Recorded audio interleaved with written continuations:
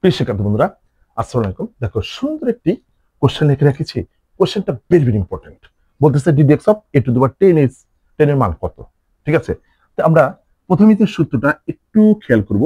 সূত্রটা এমন, d d x of a to the power x, okay, is equal to a to the power x into ln এ।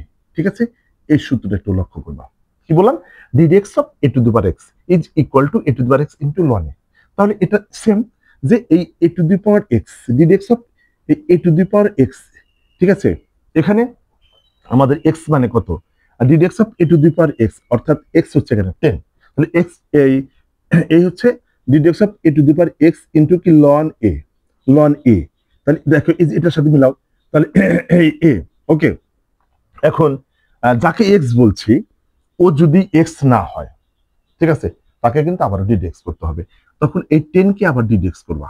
হুম, 10 কে যদি ডিডেক্স করি, একটু ভালো করে লক্ষ্য করো যে এই 10 কে যে কোনো ধ্রুবক সংখ্যাকে মানে যদি ডিডেক্স করো, অর্থাৎ আবার এই সূত্রটা এরকম, ডিডেক্স অফ সি ইকুয়াল টু 0, অর্থাৎ যে কোনো কনস্ট্যান্ট নাম্বারকে এক্স এর সাপেক্ষে যদি ডিডেক্স করে ওটা 0 পাবো। তাহলে এটা কি হলো? 0 হলো, অর্থাৎ সম্মিলিতভাবে 0 আনসার। একটু ভালো করে লক্ষ্য করো। ঠিক আছে, অনেক সুন্দর অঙ্ক, ভেরি ভেরি ইম্পর্টেন্ট। এগুলো কিন্তু বিভিন্ন সালের আশা করছে, একটু শক্ত করে ধরে রাখবে, ইনশাল্লাহ হয়ে যাবে।